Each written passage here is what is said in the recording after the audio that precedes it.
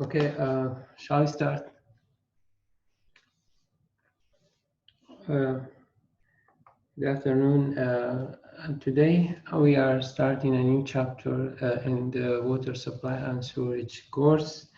Today's lecture will be after in the previous chapter, we talked about how to find the amount, the demand for water for a city, and which kind of demand that we need. For example, if we have a domestic, we need public buildings, we have to count the wastes and the leaks that we have, which is mostly 20%, and also the other industrial and commerce requirements. Now, after that, we have calculated how to find the average demand, the average Q average. The Q average was simply is equal to the population times the demand, the consumption rate, and this is per capita. So per capita demand times the population will get Q average.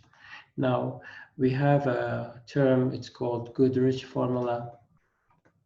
This Goodrich formula is basically you will have a factor, this factor just for what? Anybody tell me? Diaco? Diaco? Can you hear me? Yes, doctor. Can you hear me? We talked about the peak factor. So we have a Goodrich formula, which is, I think, which is equal to 180%, sorry.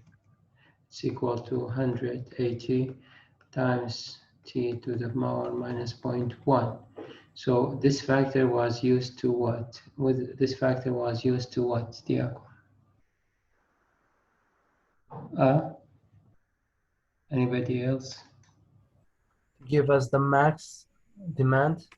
For demand, but for what? For maximizing the demand, right?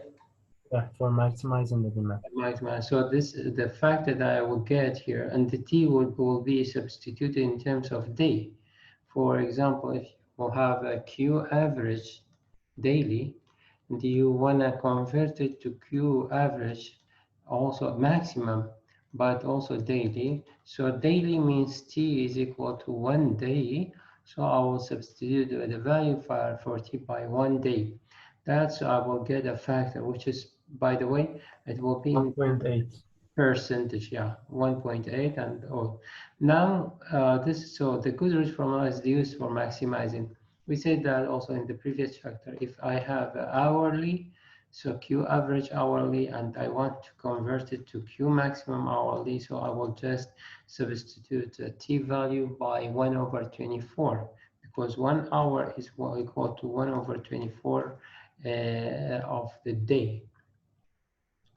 Okay, so that was in the previous chapter, and also we, due to the population, we said that we can have to forecast the population. It means that I will have a percentage, a delta t, a design period. The design period is mainly the period that we need to have the project. For example, for the future.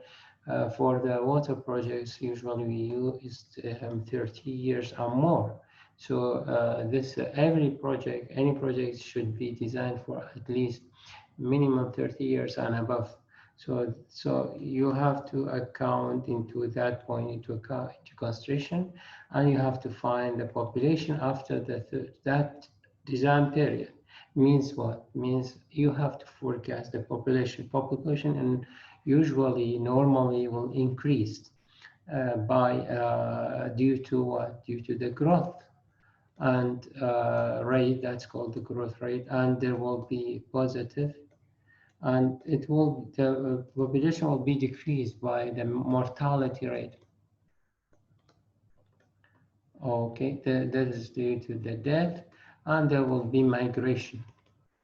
Also, there will be decrease. So the positive thing is that we have a growth. Now population will become increased due to the growth rate and decrease due to the mortality rate and due to the migration. Anyway, in any condition, we will use two methods for forecasting. Can you tell me those two, Mariam? Mariam? Hello, Mariam. Okay, Mishda. Mishda, are you with us? Hello. Anyway, so we have two methods that we used into Arithmetic, yeah, growth method, geometric movement. very good. So one is called arithmetic one, rate, growth rate, and the other one is called geometric. And by the way, we have more than 5 other else methods, but we don't use it because we are not in a statisticians, or we are engineers. So we have to be aware that we have this arithmetic method. It's basically population at any time is equal to population at the initial times delta t times the k average, which is called arithmetic k. And the geometric one is the ln of the population of t is equal to ln of population of the 0 at the initial one times delta t times the k geometric. What is this del p naught? It is the last record that we have it in the previous data.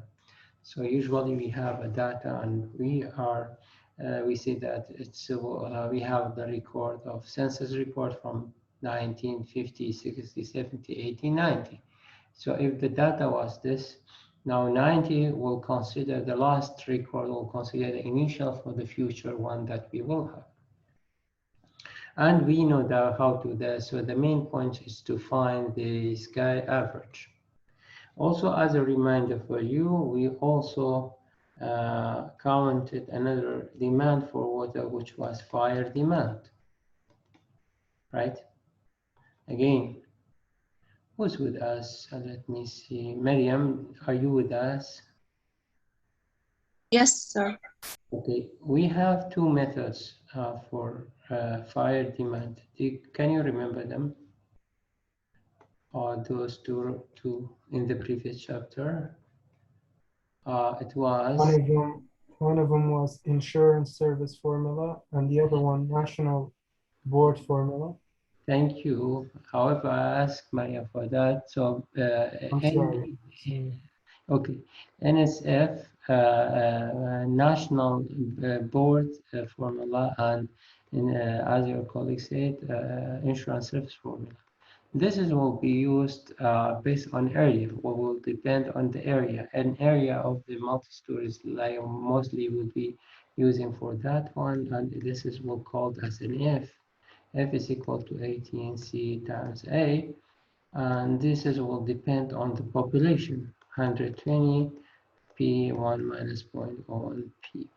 Now, these are this is G. So G and F are together will give you a demand called fire demand, and it will be if we substitute A as feet square and population as thousands, then I will get the gallon per minute for both of them, and that's it. Now we know that how much water is needed for this case. So what should we do next? We have to start with the design. Basically, the structures or the demand of water will come. Sorry.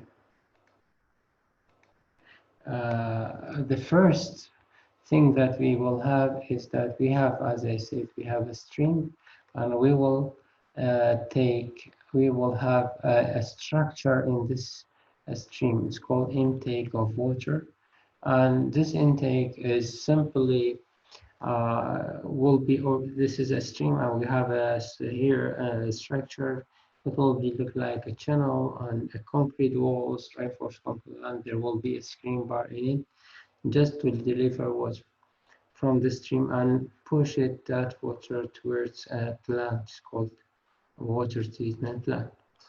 And some of the other types of the intakes where we don't have a stream, we have a lake, there will be another kind of intakes that we have, and we will later discuss that. Now, there's some terms that we have here in water quality. So in the previous chapter, we talked about the quantity. Quantity, it means how much meter cube was required. Now the quality, how much safe is the water is there.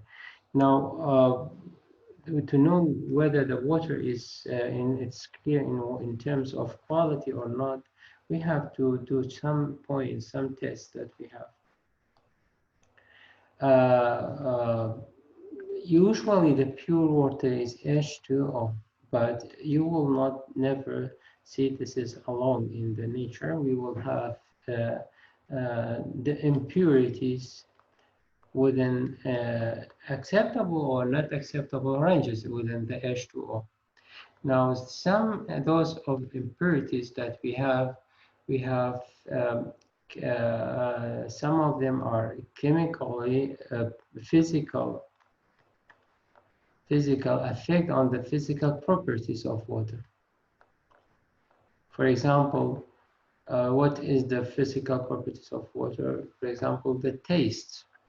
And if you have somehow some sugar or some salts in the water, then the taste will be different than the normal water. Also the odor and also the color. These are all physical properties can affect them. And somehow, if we have impurities, the impurities are solid materials will look and will make a kind of water to be turbid water. This is called physical impurities. So we have physical impurities, we have chemical impurities, and we have biological impurities, and some of them are dissolved, some of them are solid. So these are all the kinds. So some of them are dissolved, like CO, dissolved oxygen, carbon dioxide, H2S, dissolved, and ammonia. So these are all the dissolved gases. You cannot, this is kind of impurities. If they were in the water, that will affect on the taste, odor, and every properties of water. Some of the impurities are inorganic impurities, and inorganic means by salts. For example, calcium and magnesium, sodium and potassium, iron, aluminum. These are all the elements, and if you can see, they are all positives, and which is means in chemistry we call them as a cations. And to make difference between cation and anion, anions are all negative charge, but cations are all positive. The difference is the term cation is include T, means they are all positive. They are all positive charge. For the cation, the anion are not. The anions are almost, they have negative charge on the wall. They are also affecting on the quality of water, and they are making these are all inorganic salts. While we have organic salts like humic and fulvic acid and pesticide and detergents, all these are salts, but they are called organic salts, which affect also on the properties of water. Now we have suspended impurities. So these are all dissolved. Dissolved, it can mean it cannot be found, but it can mean not seen. Some of the impurities are suspended. It means that they are not settleable. They are still waving, and they are still suspending in water. These impurities like clay and sand.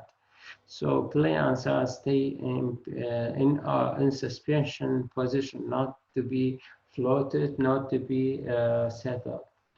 Some of the impurities are organic, like oil, vegetable foods, and animal materials. And then we have colloid. Colloid impurities, somehow we have impurities that are very small, but they will collect, they will attack each to other, and it will cause, or they will form a colloid, or a fog, or a group of materials together. It's called colloids, and they will affect on the coloring, and they will affect on the pure impurities of water, and they will affect on the color materials. Amino acids are some of these kinds of. And lastly, we have microbial or microscopic matters like bacteria, algae.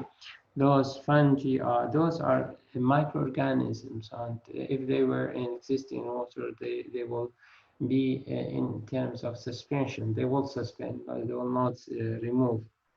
And they will affect on the quality of the water, so they are called suspended impurities. And this is, by the way, the all types of the impurities that we have, and the sources that we may have them. For example, gases like oxide and CO2 occurs in what? They will be occur in natural water somehow. They will be under sources contains high CO2. So here's the sources that we have. By the way, these tables are the class of impurities are not for memorizing, just for understanding. Yeah, it's a good article if you want to read about the impurities of water, especially nowadays. In this summer we have somehow uh, diarrhea and vomiting due to somehow cholera. I don't know. So these are all comes from the water. Now, knowing about the water and the impurities is very important to our health and our healthcare. I don't know whether it was clear or not. It's clear, sir. Thank you. Okay, so now we know that a little bit about quality of water, right? Now back to our profession. We are engineers, and we are dealing with the quantity of water as well as of quality. But the main purpose that we here take this course is to know how much and quantity that we need. The first step of taking the amount is, as I told you, the intake. The intake, that is a structure they use for admitting raw water. So the water in the stream is called raw water. So the first step for this raw water to be admitted is called intake. Let's see where's the intakes and what is the types of the intakes. Basically, here's a kind of intake, and it's called river intake. River intake, it means that this is the river itself. So this is the river. And you can see we have HWL and LWL. What does that means? What do you think it's related for? Ali? It's high water level, I guess, and low water level. Yeah, thank you. Thank you. They are a high and low water level. And again, can I ask a question? When will we have this term, high water level? In which condition? Or let me say clearly, in which season? Usually it will be in winter, or the season of the rain, right? And the low water when we don't have any rainfall, or storm, no rain. So this will be low water level, or the minimum water level, and the high water level. So you can see this structure is a pump house. It means that there is a pump here, and this pump will just deliver on water from this sump. This is called sump, just for the treatment pump. But where to take sump water to this tank? Just we have two valves, two gates. This is two gates, and these two gates we can here and here is a slab, and you will stand here, and there is a valve. You can open or close this valve. So open and close, it means that the water will come in. Close, it means that you will not let the water to come in. Now, why we have one here and why we have one here? Because this is the dynamic water level. That means that it will increase the dynamic. This is the static one. It means it usually will be there. And when we have a storm, so the storm, and then after storm there will be a settling. There will be a accumulation of the clay in the bottom, so that's why we need a valve, a gate, to let the water to come inside this tank, and then we use this tank to deliver water to the water treatment plant. So that's called the water or the river intake, which is one of the kinds of the intakes that we have. We have the direct intake, and we have lake intake, and we have reservoir intake. You can see this is the water treatment plant. This is the plant. This is the plant that's used for treating water, and there is somehow a structure here. This structure is used to deliver water to this tank. So this is called raw water, and there will be an intake here. This is a river, so there will be a river intake in this one. Usually will be concrete, reinforced concrete walls. And by the way, for the hydraulic structures, it is very recommended to not use ordinary cement. We have to use the silver resistant concrete, or the resistant cement, resistant concrete, the concrete that will resist the anionic one. Okay. Now, where we have to put this intake structure? There are some few points we have to take care when we are choosing the intake. So let me say, if I have the direction of flow was this way. So, and you have a city here. This is a city. And this city is disposing their waste here, waste. So I shouldn't have the intake in here. I should have an intake upstream of this disposal area.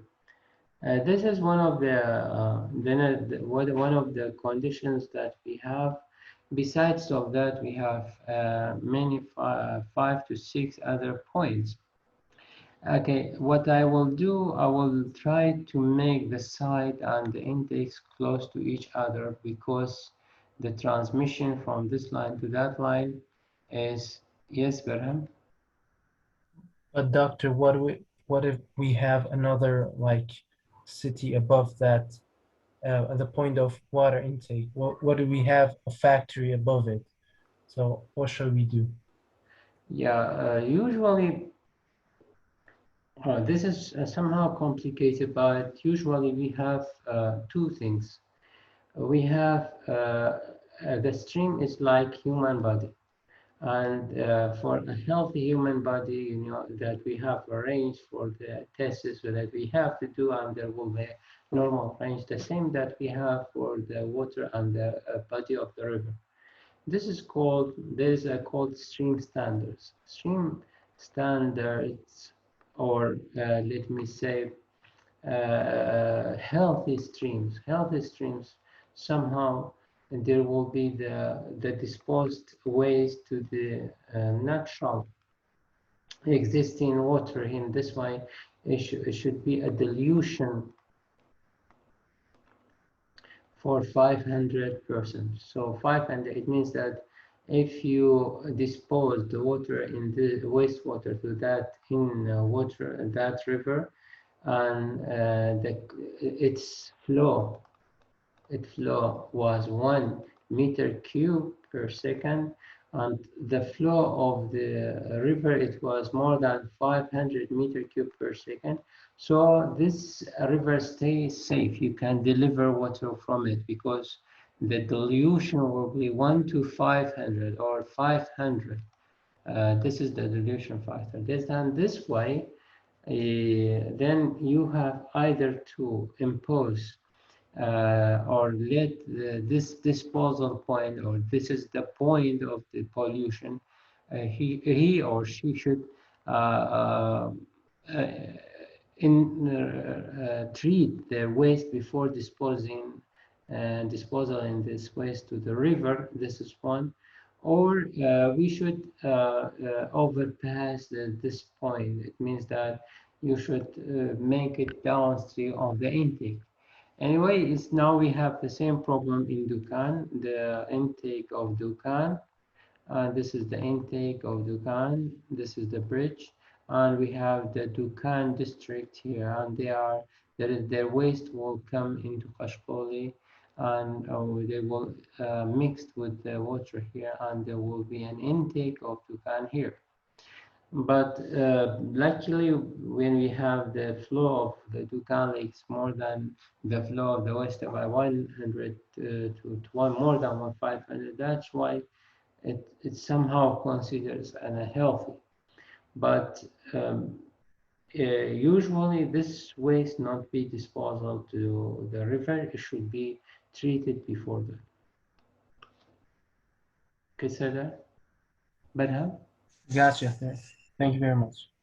Now, the second thing that we have here is this intake should be located in a proper zone source of it will be the zone that we have a best quality, and also this must not be located in downstream. This is the point that it should be upstream of the vicinity of point of disposal of the wastewater. This is a very important. You should not let the intake will be in the upstream one. And also this intake must be located in a place where it can draw water even during the driest period of year. It means there will be at least there will be minimum water level. So we should have we have maximum water level. Then we should have also minimum water level, low water level. Low water level means that there should be at least there should be a low water level. We shouldn't have zero flow. So that's what the intake asks us to put the structure. Also, this intake should be located in a place where there is no fast current. Fast current means that this is the velocity shouldn't to be high. High means more than 3 meters per second. This is called more than 3 meters per second is called a high velocity current. Current or velocity current are. So the velocity in this river should not be like this, or I shouldn't put a point for delivering water in that area. Also, we should decide, sorry for the interruption, we should decide on the speed of the current via Reynolds number, or just? Yeah, so somehow, but let me share with you this one. Let me say this is a cross-sectional area of a river in if this was section 1, section 1. This was the section 1, and we have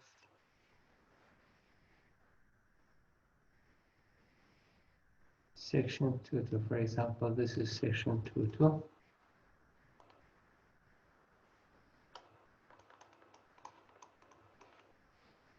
And you see, what should I do? We have to. So when I want to see, here's the if the area and this area. So the Q we have, it's fixed, divided by this area will come with velocity. Also the same Q will this area 1, 1, area 2, 2 will give an a velocity. Now, area 1, 1 would compare with area 2, 2. For example, if area 1, 1 was greater than area 2, 2, what that means, means the velocity of 1 is less than velocity of 2, right? So it's better to select the intake here, not in 2, because the velocity will be less at 0.1 and it shouldn't be placed in 2 if we have an opportunity to pick one of them. So this is one. If not, you have to excavate at least for a part of this bed of the river and to make an area more than the existing one, and then use this area to have water and to deliver water. That's what the meaning of we don't have, and sometimes we have a concave river stream like this. The water is coming and this is the direction of the flow.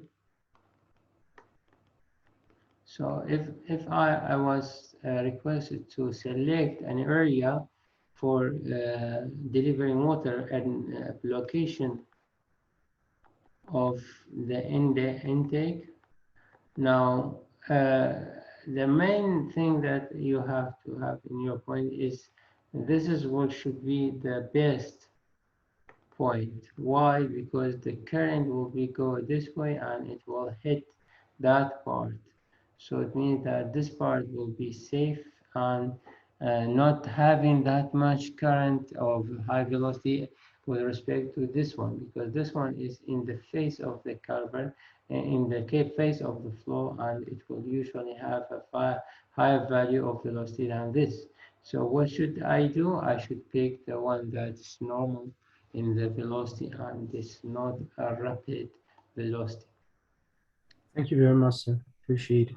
Yeah, thank you. Now, these are all the some points that we have. Now, what should we do after we have an intake? The first step of delivering water, raw water, before sending it to a treatment plant is to make a screens. Screens basically are bars. The bars, steel bars, are used to like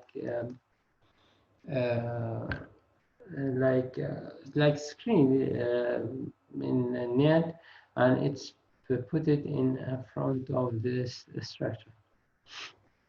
And like this, we have this is a screen. So what should I do? We have bar screen, and we have like this. These are screens. So the water is coming inside this channel, and then it will, due to this screens, will control how much is the, or how the solids how the impurities that can let go inside this screens. We have bar screens, and we have coarse bar screens, and we have fine bar screens. And we have bar screens can be movable, because what? Because I usually this openings will be closed. So what should I do? I should clean it. We have some other drum screens like this will be used for delivering water. Now look at this example. We have a bar screen in a water This is a bar screen in water intake. Means we have from a reservoir to supply ST having population. So the population in this river is equal to in this city is equal to 18,000 capita, and an average daily consumption, average consumption is equal to 400 liter per capita day. Okay. Now the screen is placed in a channel of 2 meters wide and 1.5 meters in depth. So 2 meters wide. This is the 2 meter, and there is 1.5 meter height. So what did they put? They put a screen here.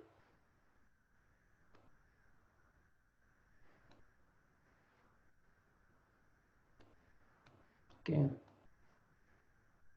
So what will be happen? This is a concrete wall, and this is a concrete wall. So what will happen? The water is coming inside this channel and go inside. This is called screens. Screens or bar screens. Bar screens are used for protecting. Now in this question we have bar screens of 13 by 13 millimeters. Usually these bars are used rectangular or not rectangular but square. So square means now we have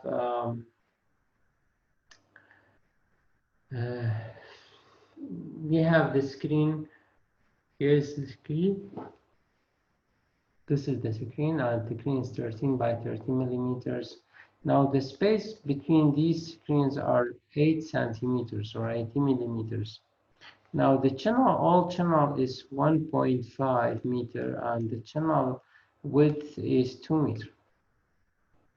Now the question is, if I have the rate is 300 capita per area, if this is the population rate, assume the rate of population growth is 3,000 capita per year, and we need to calculate how much, and the average consumption rate is 400 liter per capita per day. What should I do?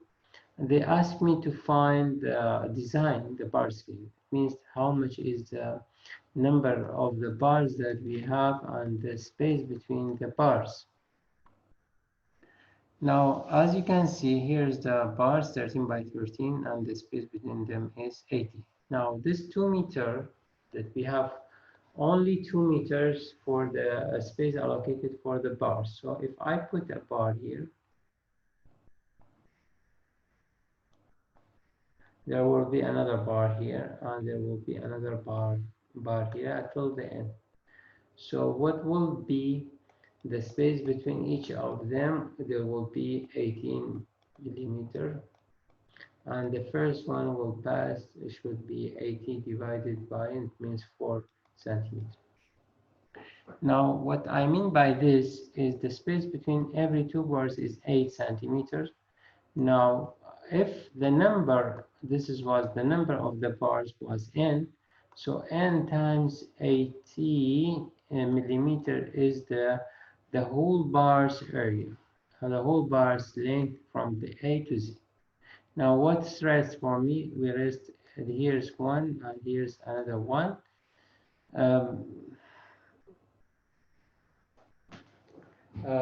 So how many spaces that we have?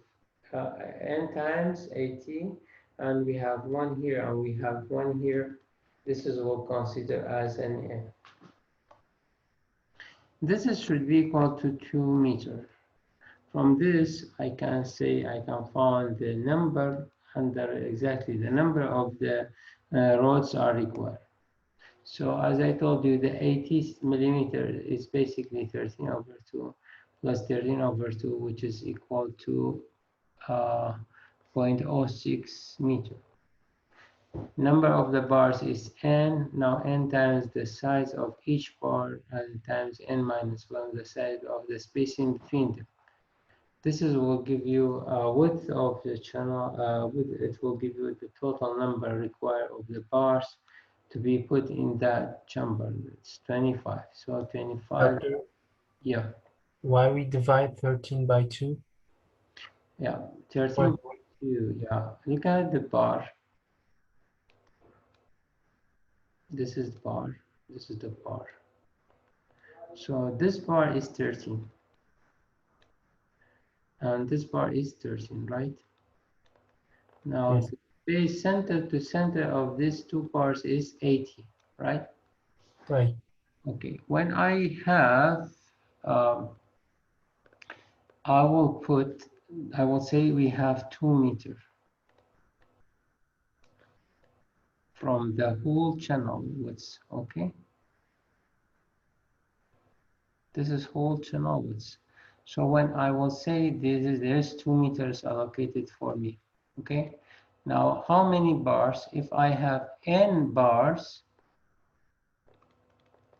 I have n bars. So the space, so I have n times 80. This is will could be the distance from the first bar till the end bar, right? Right. Now, what about this one? Because this is not, this is center to center. So we have 13, but we have 13 over 2, the spaces that we should have. And the last one is, so I have also 13 over 2. So I will say 2 meter, the total 2 meter is will be equal to number of the bars times 80 is the whole distance from the first bar to the end last bar plus 13 over 2 from here, from the first bar, and 13 over 2 from the edge of the last bar to the wall. Is that clear now? Yes, sir, but what is the n in there? N is the total number of the bars. I don't know how much is the number of the bars. Oh, okay. That's Right. why I multiply n by 80 because I have n spaces. N Yes. spaces, yeah, it means the number of the bars times the spaces. So we have n spaces. From this, I can say how many bars that we will need. We need 25 bars.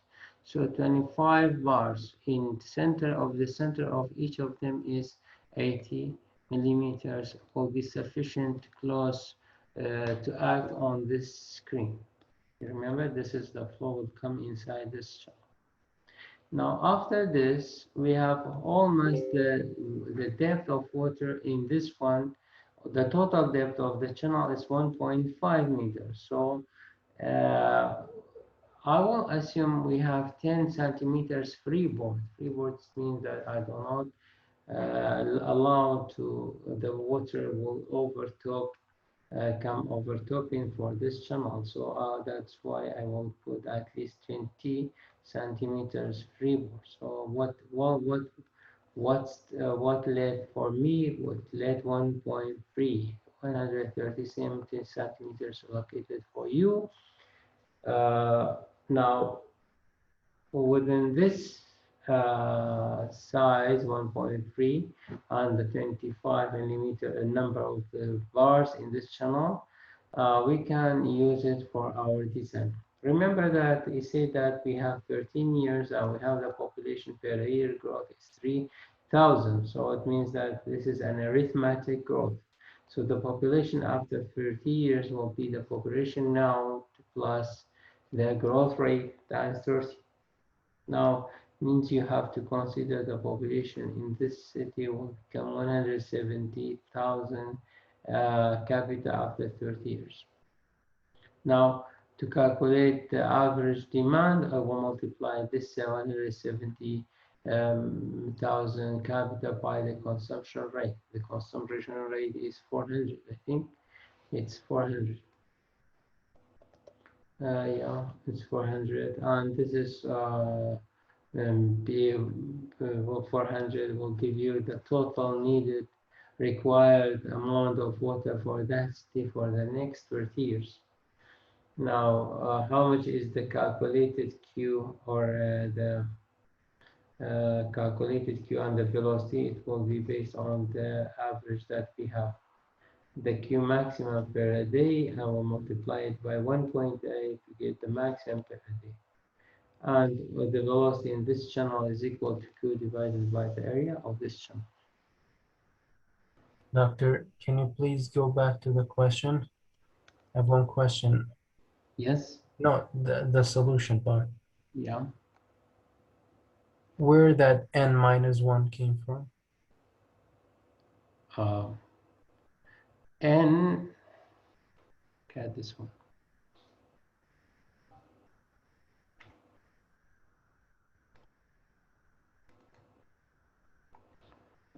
Look at, if I have a channel like this,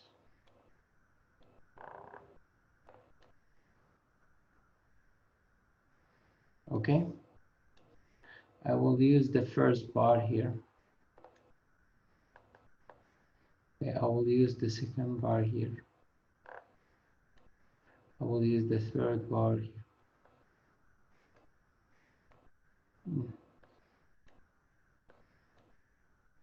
Okay, let me see how many bars that we have. 1, 2, 3, 4, 5.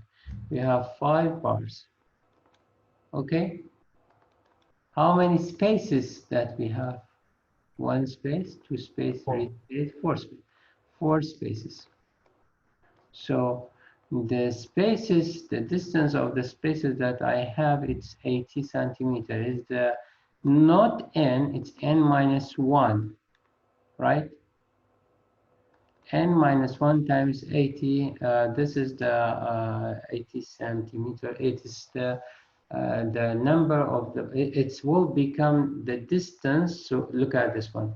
The number, this is the whole distance that we have for the spaces. Okay, this one, this one, this one, this one. Okay. Now we have 1, 2, 3, 4. We have n minus 1 spaces, and the spaces are 80 centimeters between. What rest? What else? We have the 13 millimeters, the width of the first and the last bar. So it's 13 millimeters divided by 2, because this 18 now it's not included. It was included. This bar is not included. So what I will add 30 over 2 from this side and 30 over 2 from that side. So what I will say n minus 1 times 80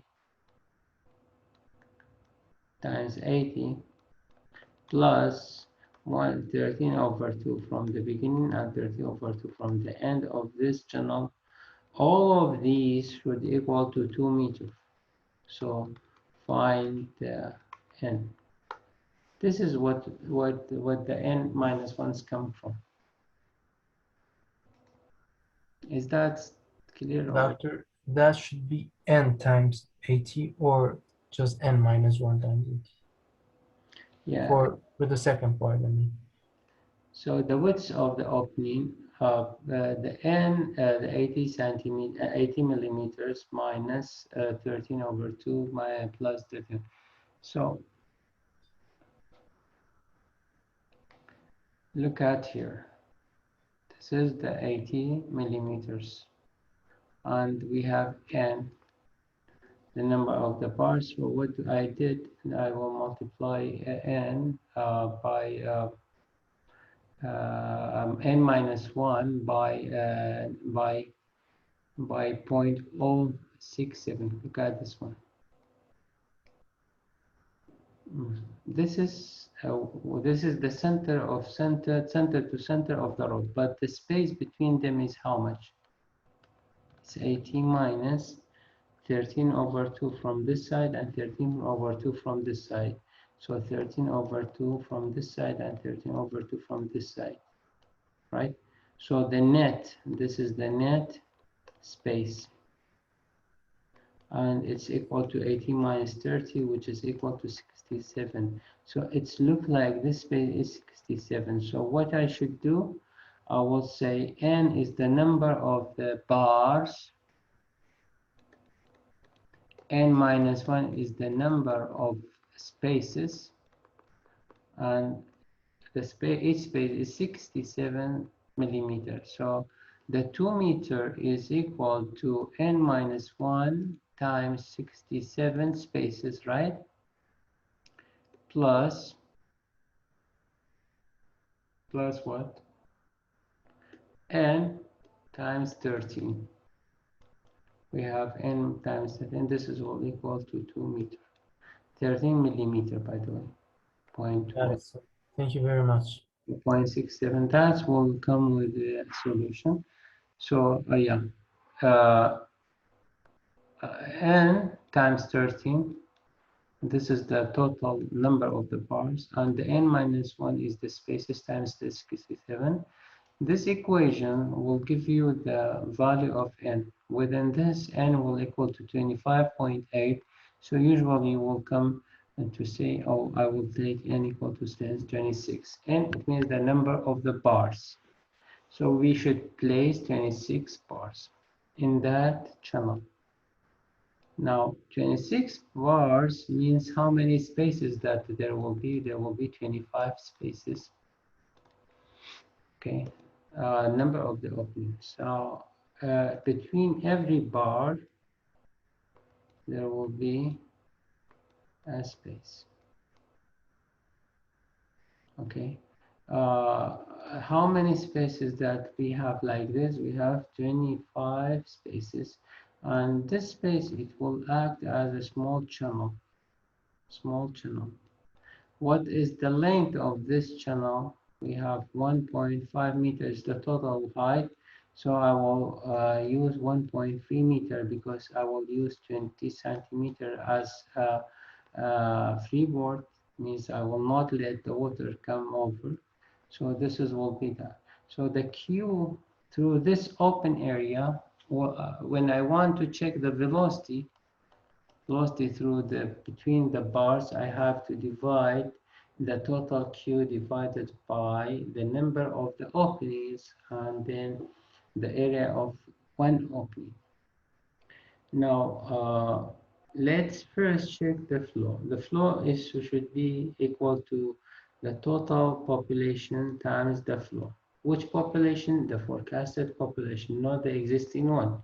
The existing one is 80,000, but the forecasting will become 170 capita. So 170,000 capita times everyone is needed 4,100 liters per capita per day. It means that this channel should have at least deliver a 68,000 meter cube per day, which means per second 0.678 meter cube per day. So now back to this channel. Back to this channel. This is the channel. Okay. This is all reinforced concrete channels. We say there is bar screens. This is bar screens or bars, and we have 26 bars, means number of opening is 25 opening. Now the flow, the total Q is equal to 0.6767 meter cube per second. The whole flow, the total Q through this channel will become equal to 0.787 meter cube per second. So per second, we have to know per the paper. This is what will attack this screen. So 0.878 or 787 meter cube per second will pass through all the opening. What I know, what I want to see, how much is the flow per one opening, how much it will be. So what I will do, I will divide this number by the total space area. So we have divided by 25, I will get how much is the Q per each opening, per each opening. Now, here's the flow. This is the average, and we convert it to maximum by multiplying by 1.8. Now what I need to know how much is the velocity per each channel, so I should divide this 1.42 divided by the 25 to get the flow per one opening, and then I have to check the velocity. I have for this opening, I have its depth, which is 1.3 meters, and I have the width of this opening 0.67. So I can say I have the area of this opening. So Q divided by the area, I will get the velocity through that opening. And you have to check that velocity with the standard available one. We have the standard available velocities through, here's the standard velocities. It should be not greater than 1.5. It should be less than 0.5, and it should be more than 0.6, and it should be between them. Anyhow, for any cases, the velocity not be more than 2.5. These are all standards that we have, and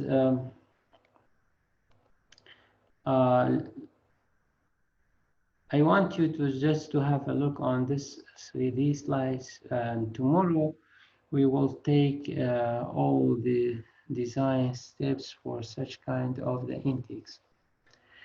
Do you have any question related to this chapter or to this slides till now?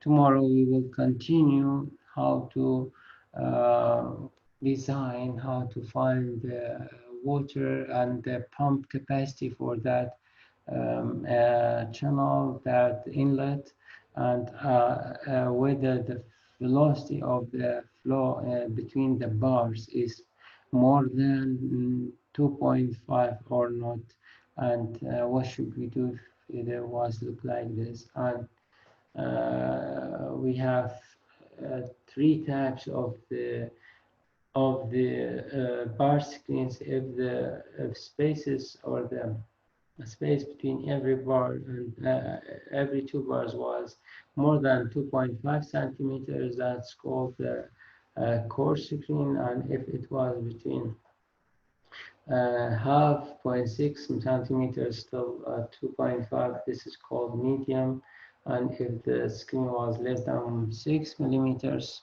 then it's called fine screen. The velocity through the channels, through the bars, or through the opening here should be 0.3 till 0.6 meter per second.